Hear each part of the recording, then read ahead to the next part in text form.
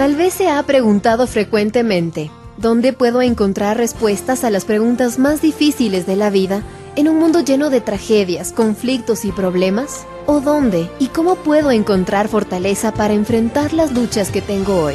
Bienvenido a otro programa del Instituto Bíblico del Aire, donde estudiamos juntos el libro de libros, la palabra de Dios, la Santa Biblia, para encontrar las respuestas de Dios a nuestras preguntas más profundas. Tome su Biblia y unámonos a nuestro Maestro para la lección de hoy. Los evangelios sinópticos son considerados como separados del Evangelio de Juan por muchas razones, pero principalmente porque el 90% de su contenido no se encuentra en los llamados evangelios sinópticos, Mateo, Marcos y Lucas. El Evangelio de Juan podríamos considerarlo como algo único, no solo por el hecho de que el 90% de su contenido no está en los otros tres evangelios, sino también por el estilo literario que allí se encuentra. Es único cuando uno considera el propósito por el cual fue escrito este evangelio.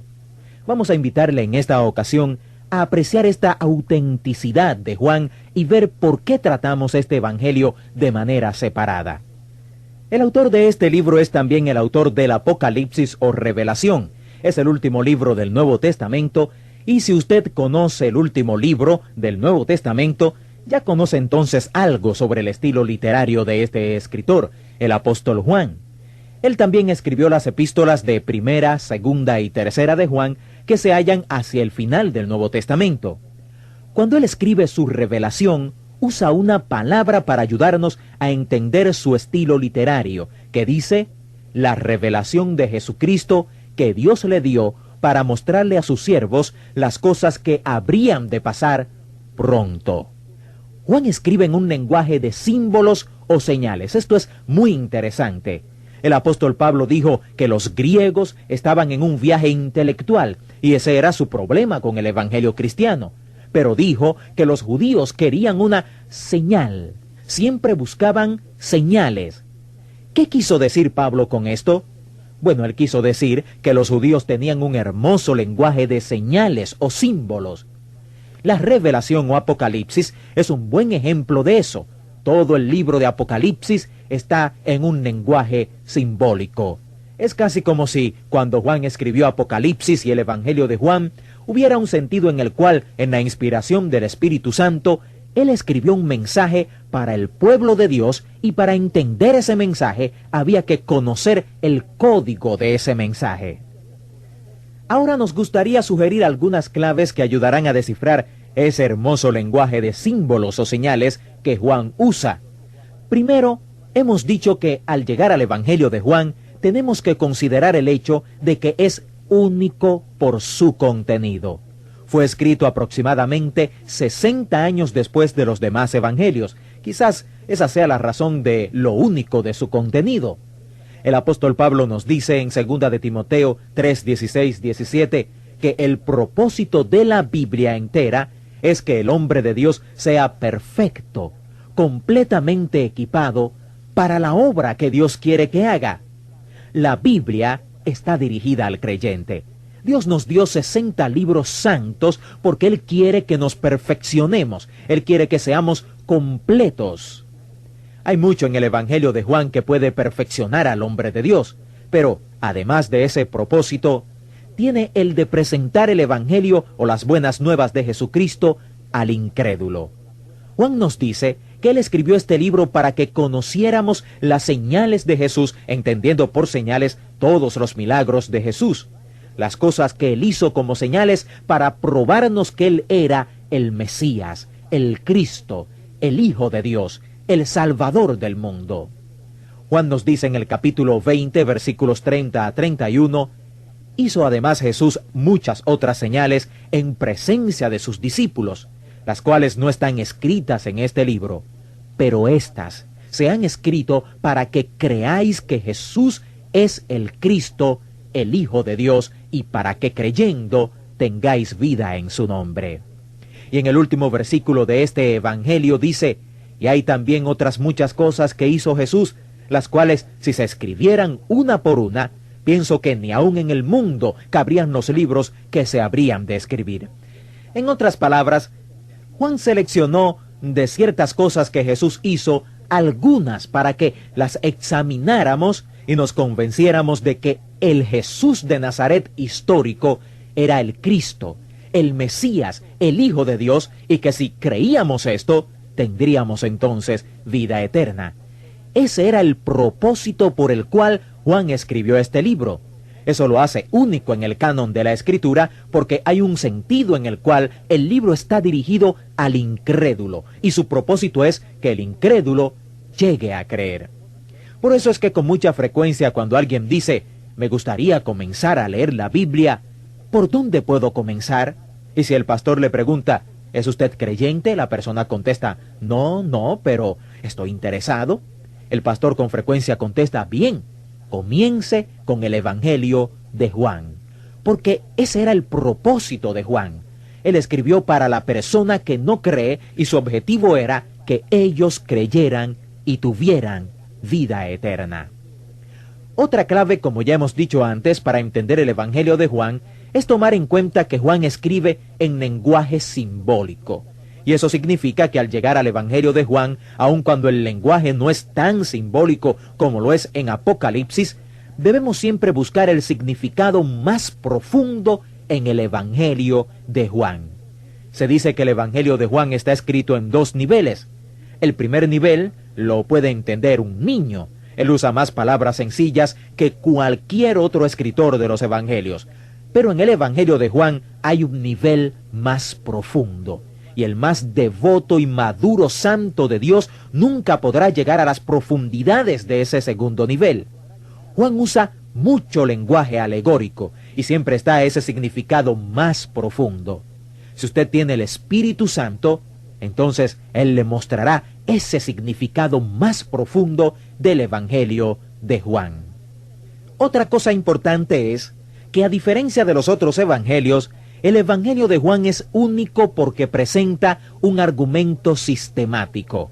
Los otros evangelios nos presentan más bien una biografía de Jesús.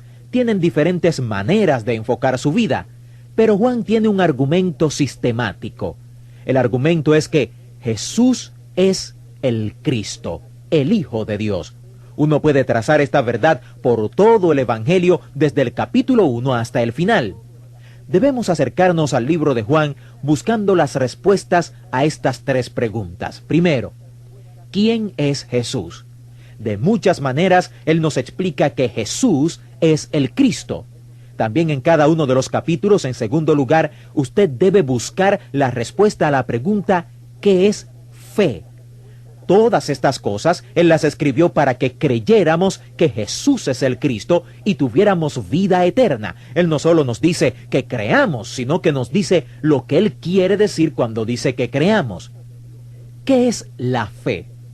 La fe es un concepto difícil de definir y de enfocar, así que capítulo tras capítulo, en muchas hermosas maneras, Él nos ilustra quién es Jesús y nos muestra lo que significa creer eso sobre Jesús.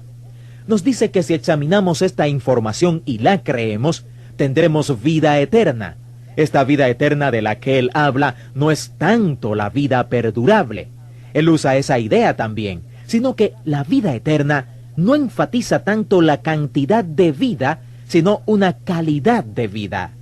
Juan nos dice que Jesús dijo, yo he venido para que tengan vida y para que la tengan en abundancia.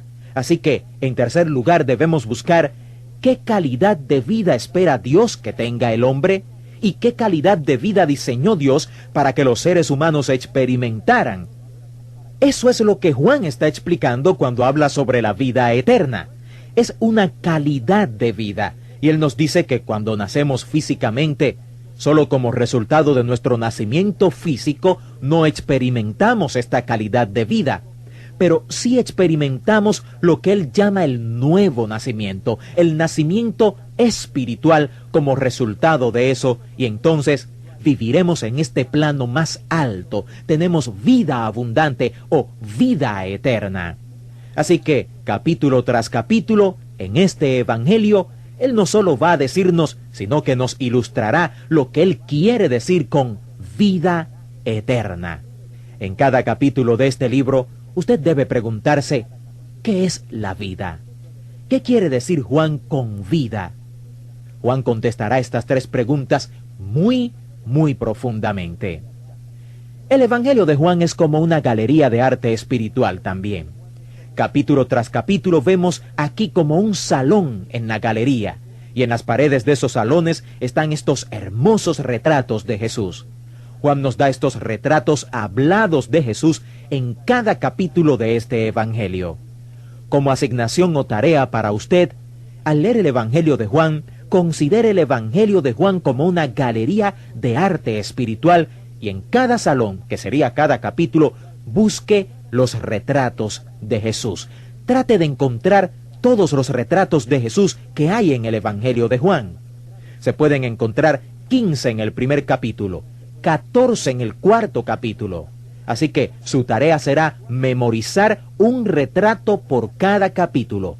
De modo que de noche, si usted no puede dormir, en vez de contar ovejas como hacen algunos, repase el Evangelio de Juan pensando en los retratos de Jesús. Y en nuestra próxima lección vamos a abundar y a detallar cuáles son estos retratos que Juan nos presenta en su Evangelio acerca del Señor Jesucristo. Recuerde estas tres preguntas tan importantes que el Evangelio de San Juan nos quiere presentar capítulo tras capítulo. ¿Quién es Jesús? ¿Qué es la fe? Y en tercer lugar, ¿qué calidad de vida espera Dios que tenga el hombre y qué calidad de vida diseñó Dios para que los seres humanos experimentaran?